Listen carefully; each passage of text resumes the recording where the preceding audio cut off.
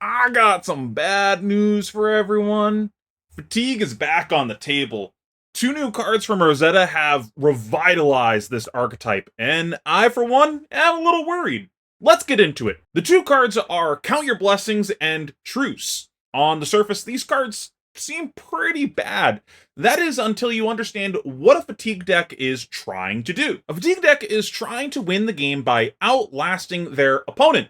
They do this by blocking or preventing as much damage as possible and getting to an endgame state where they're the last one with cards in deck. In Flesh and Blood, you don't lose by having no cards in deck though. So these decks will typically win because they have a very efficient weapon they can keep attacking with at the end of the game. When I sit down with this deck, I'm making a bet with you that says, I will give you 15 turns. Can you leak 40 points on me in 15 turns? You need to average about, 2.5 points per turn. And I'm going full defense. Can you do that much damage per turn? And if not, once we get to second cycle, you're never leaking a point again because your deck is full of blues and bad cards. I will take that bet that you can do 39 damage to me, but you can't do 40. So, where do these new cards fit into the picture? To understand that, you first have to understand one of the strategies implemented against fatigue decks.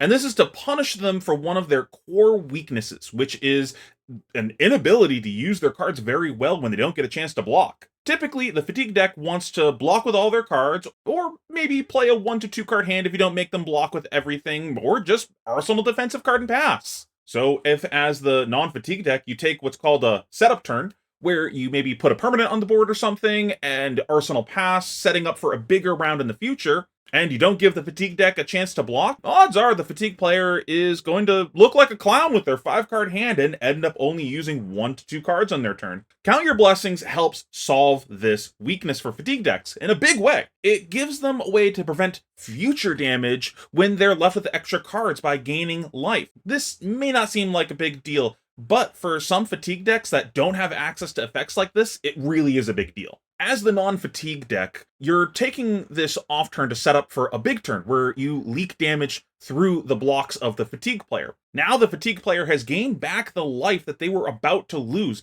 negating that setup turn before it even happens. Truce is also great in this spot since it will let you create future block value on a big turn. Now, let's talk about the decks that can take advantage of these cards. The first one that comes to mind for me is Tekla Vossen, weirdly enough. One of the things that you're looking to do specifically with these cards is find ways to have them fit your cost curve. They both cost 2. So I'm going to want these to fit into cost curves that make sense with 2 resources. So that's going to be typical turn structures that cost either 1 resource or 4 resources. So that way I can go pitch a blue, pay 1 for the thing that I was going to do. I have 2 left over floating, do the other thing. Or I pay 4 for doing the thing that I was going to do. I still have 2 floating. Pattern here. I want $2 extra on my turn, and then I do the other thing. So Teklo does this in 2 different ways. For one, his 4-cost Evos, you got $2 extra floating afterwards. Well, now I can pitch 2 blues, play my Evo, and then gain my life off of Count Your Blessings. Or he can shoot with his gun for 1, still have 2 leftover resources, and then play either of these cards. In a similar vein, Tree Frog Dash, same idea. You've got a weapon that costs 1, so you can play this afterwards. And also, Dash does sometimes play the Evos, so that way she can use this as another form of pseudo life gain. That's really what the Evos are. They're kind of filling a very similar role to these life gain cards. Assassin can do this with their weapons, where they go attack with a dagger for 2 resources, pitching a blue, float 1, then attack with a 2-cost attack, pitch another blue, float 2, you get some cards from your opponent on your disruptive 2-cost attack, and you still have 2 leftover resources to use on this life gain effect. Guardian and Warrior are 2 interesting classes to gain this effect. In the case of Guardian, we've already seen fatigue decks in the past with that, and this does work pretty well with their big hammer, Sledge. Typically with Sledge, you were trying to use it with your Tunic, but now you can go pitch blue, swing Sledge, and then gain life afterwards. That's a big deal in a fatigue matchup. Now, in the case of Dory, it can work with your Dawnblade, but typically you're trying to go Great Axe in these fatigue decks. The thing that makes it interesting in Dory is where you look at these other decks and they have effects natively in their deck that help in fatigue scenarios. You could play Evos, You could play these items to shoot your gun a lot. You have these disruptive attacks and Guardian and Assassin, so you have ways to punish your opponent natively in your deck when they leave you with extra cards sometimes. Dory doesn't really have that. If she's left with extra cards, it's maybe I make the axe bigger, maybe I swing an extra time.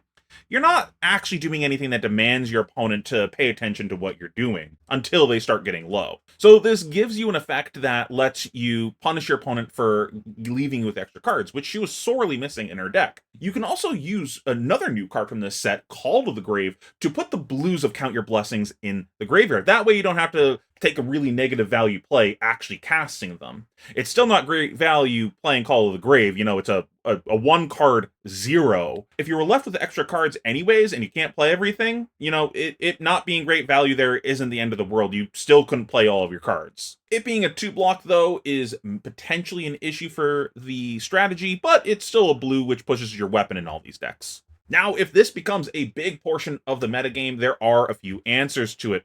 For one, we see these new Rune Blades starting to play Reaping Blade just because it fits their cost curve, but it is also good into these decks, preventing them from gaining life if they already have more life than you. And an absolute silver bullet card, you could just play Poison the Well into them.